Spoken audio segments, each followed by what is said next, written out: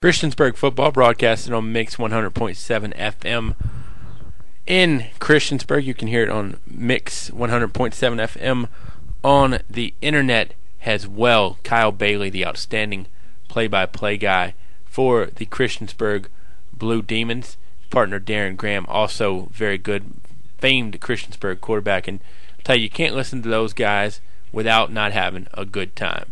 Mix100fm.com on the internet. Kyle, of course, with his show, The Clubhouse with Kyle Bailey. You can hear that on Super Sports 101.7 in Radford or the NRV, supersports1017.com if you want to catch that on the net. But Kyle joined me before last week's game with Magna Vista and Christiansburg, obviously calling it for the Blue Demons. And he talked about what Christiansburg might see in Magna Vista as well as the win against Hidden Valley and much, much more, including the prospects of one Mr. Zach Snell. Where could he wind up playing on Saturdays and more?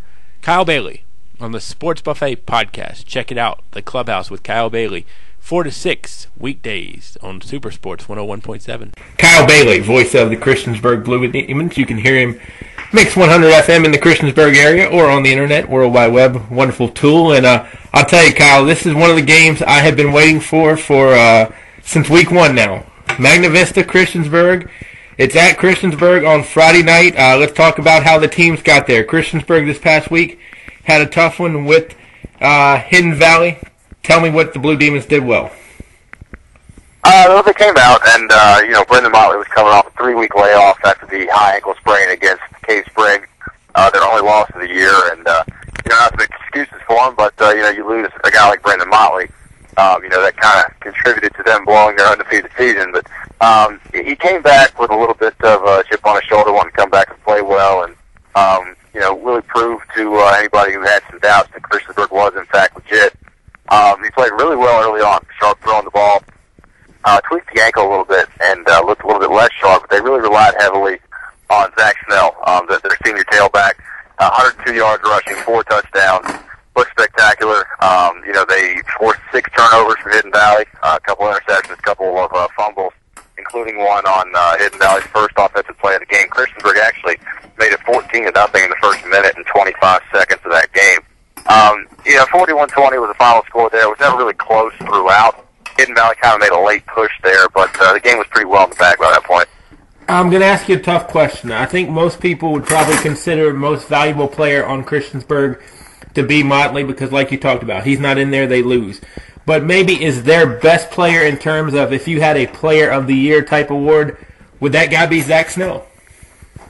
I still think Brendan Motley is the best player on this team, but in terms of numbers and who scored when they really needed it, you got to look at Zach Snell. The kid's been phenomenal, man. He's, like I said, dropped 4 touchdowns on Hidden Valley the other night. He worked so hard to get better in the off season. He's fast and he's tough, but I really can't describe you in words so much. You'd have to see the way he runs and how tough he is to bring down. I can't recall to you maybe 1 or 2 times, and no more than that, the times that he's been brought down by an individual tackler. He's just so tough. And how many of those touchdowns he scored after being hit at the goal line or almost stopped at the goal line, and all of a sudden breaks free because they just can't contain him. He's really, really good, and he worked on catching the ball out of the backfield in the off-season. He's become Brendan Motley's go-to target throwing the football. A lot of his wide receivers are having problems hanging on to the ball. So, I still think Brendan Motley's the best player on this team, but as far as most valuable, you got to give a serious look at Zach Snell. No questions asked, though. Zach Snell is playing on Saturday somewhere when his eligibility at Christiansburg is done. Oh, yeah. He takes all the he's there with all the official recruits and signees at every Virginia Tech game. I think with this 2012 class wrapping up for Virginia Tech, it could end up being one of their best signing classes ever. If they can sign 1 or 2 more of those 4-star recruits that are lingering out there, it will go down as Virginia Tech's best recruiting class ever. And, Zach Snell is kind of in a peculiar situation in that they don't really have a scholarship to offer him right now, but they're going to offer him a chance to walk on is what it looks like. And I'm probably of the opinion that Zach Snell would earn a scholarship inside of a year, maybe 2 years. And I think he really wants to play there, but he's liked his visits to Appalachian State. He's talked to schools like Richmond and several others. And, obviously those schools are going to look to offer him a full ride. So I couldn't blame him if he went after that, but I'd love to see Zach Snell end up at Blacksburg alongside Brendan Motley. And I hate to divert this from Christiansburg, even though I'm really not, because we're still talking about Christiansburg people. But Richmond is a case of where I don't say I'd be leery, but they have no head coach right now. How much do you think that would play into Zach Snell's decision? I think it would play into a lot. I mean, and Zach Snell is a kid. He's not just a good football player, but he's a really, really good kid and a great academic kid. Loves school. Does very well in school, and he wants to go somewhere where he can succeed on the football field and succeed in the classroom. And I think he's looking for stability no matter where he goes. And of course, with his dad being the standout athlete that he was back in the day, and having roots in Southwest Virginia, number one choice is Virginia Tech. But you got to do what's right for you. And I've heard through the grapevine that he absolutely loved his trip to Appalachian State. And I wouldn't be the least bit surprised if he ended up there. But again, fingers crossed, he's a Hokie next year. Cave Spring, a wake-up call for Christiansburg? Yeah, to a degree it was. In that I think they learned right there that they can't be dependent on one or two guys. And they didn't play bad. I mean, you got to remember that Christiansburg had a 21-20 lead in the final 5 minutes of that game.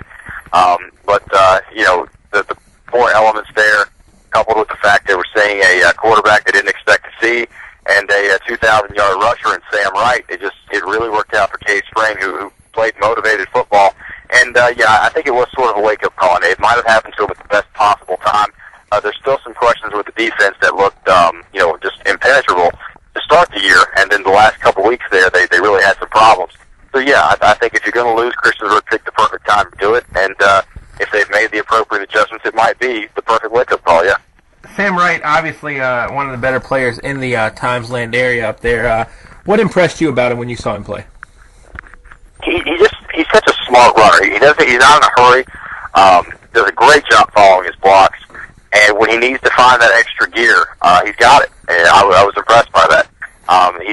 He looks so fluid, so calm, and I think that's the biggest thing that sticks out is that there's never a sense of panic or too much urgency in the way he runs the football. He knows where he's supposed to be, where he's supposed to go. Got good technique, protects the football when he's downfield, when he feels some pressure or a tackler coming from behind. I was really impressed with Sam Wright. What does Tim Cromer think of this week's opponent, the Magna Vista Warriors, if you know yet? I'll talk to him again tomorrow. He joins me every Wednesday on my show on Super Sports 101.7. 4 to 6. We talked. 4 to 6. Yeah, we talked last Friday night after the game. Of course, he comes up to the booth and talks with us after each game, and he thinks what most of us think. The first thing comes to mind with Magna Vista is Harvey Taylor, and how explosive he is. And it's not just Harvey Taylor; they have athletes everywhere. And it's going to be a really tall task to slow them down, just like it's a tall task for anybody else to stop Christiansburg. So I think you're going to look at. I'm as excited for this game as I've ever been excited for a football game. Christiansburg-Salem earlier in the year might have been the best football game I've ever called in person. But this game Friday night, Christiansburg-Magna Vista, has the potential to top that because of all the speed and athleticism I'm going to see.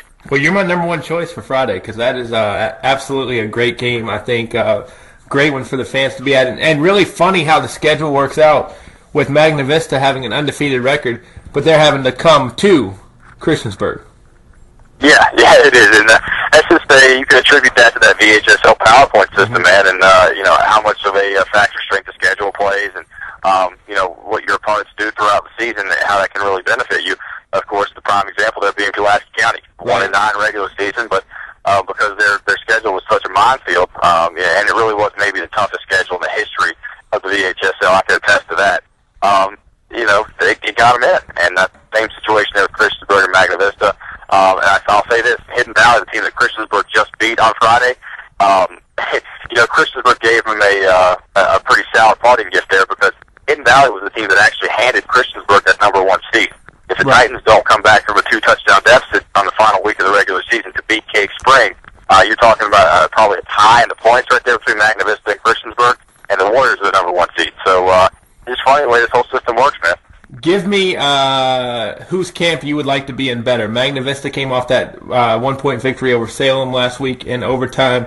Christiansburg handles Hidden Valley. Who do you feel better in terms of maybe with Uncle Mo momentum going into Friday night? I don't know, man. And I've got to be honest. I'm a Christiansburg grad. I played for Coach Cromer for a year, and I'm obviously on the radio crew. I got a lot of respect for what Magna Vista does. Those guys are incredible. And I'm trying my hardest to be objective here. I'm thinking that Magna Vista just came off a really, really emotional, exhausting road win, a home win against Salem, and now they got to go on the road, and they know what's ahead of them. They know that they're going to be facing a similar, if not a similar amount of speed, if not even more so than what they have. I think I'd rather be in Christiansburg position playing at home right now, but I've seen this Christiansburg defense go from amazing to porous, and I just don't know what to think from right now. So it really is up for grabs on Friday. No unbiased opinion. How tough is Christiansburg in terms of home field advantage? Oh, I mean, they're really tough. They haven't lost at home this year. They didn't lose at home last year. And more like the stadium as a whole. I mean, a lot of people talk about the Cougar Stand. A lot of people talk about Salem Stadium. How big of an advantage is that field at Christiansburg? Oh, okay. I tell you what, they've got a pretty big advantage, and especially for a playoff game. The Christiansburg side is not only going to be, obviously packed in the stands. They'll be 3-4 deep at the fence all the way around, almost the visiting side, if not on the visiting side. The student section has actually organized and assembled as a legitimate, recognized club by the Montgomery County School Board. And, they're up and ready. They've got themes, tailgates, noisemakers for every game. It's not easy to come into Christiansburg and play. They love their football. They always have, but even more so now. And I didn't mean to cut you off. You were talking about how good the record's been. I think that also, while that doesn't, in terms affect, the mystique and aura, it does at the same time. Yeah, a little bit it does. I mean, and maybe not, overtly, but it starts to creep into your, into your frame of thought there that hey, we haven't lost at home, or we just it becomes part of who you are and the way you play. We don't lose at home, and it's just one of those many things in sports that contributes to the way you perform. And obviously, it's not one of the more important things, but like you just pointed out there, it does. Tell me in closing how Christiansburg wins this game, and tell me in closing how you could see Magna Vista winning this game. I can see Magna Vista winning this game with Harvey Taylor doing what he does. Causing problems, getting outside the pocket, making plays with his feet. I mean, he's a 2,000-yard rusher. Christiansburg's secondary has been pretty good. And, as we all know, I don't think Harvey Taylor's going to sit back and 3-step, 5-step drop you to death, 7-step drop and pick you apart over the middle.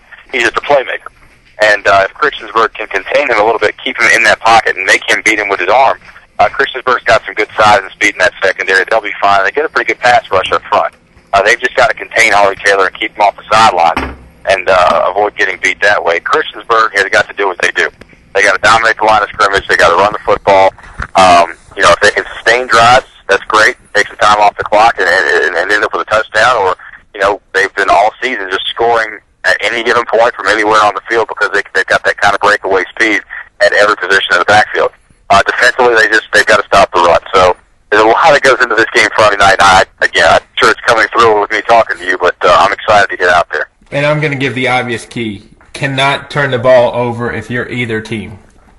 Oh, no. I mean, this could very well end up being, I told a buddy of mine last week, and I told my color guy, Darren Graham, who is actually right behind Tyrod Taylor on the VHSL list of all-time passing in the state of Virginia, and, the best quarterback to ever play at Christiansburg. I told him, I said, Magna Vista Salem's going to be just like Christiansburg Salem. Neither team's really going to be able to stop the other save for one or two possessions. And Christiansburg Magna Vista will probably end up being the same way. I think you'll probably see, if I'm just going back to that Christiansburg Gretna game several years back where Vic Hall played at Christiansburg, you might be looking at a 47-45 ball game before it's all said and done. I wouldn't have a problem with that. I'm not going to be there, but I wouldn't have a problem listening to that one bit because you and Darren, like I said, I mean, you can get informed and you can get entertained with you two. So that's what I like. Yeah, I've known Darren since I was a kid, and he was my quarterback's coach in high school. I didn't play quarterback, but he was a quarterback's coach then, and I love the guy to death, and he embodies Christiansburg football. The community loves him, and we have a really good time doing it. If you can't have fun, don't do it. That's right, exactly.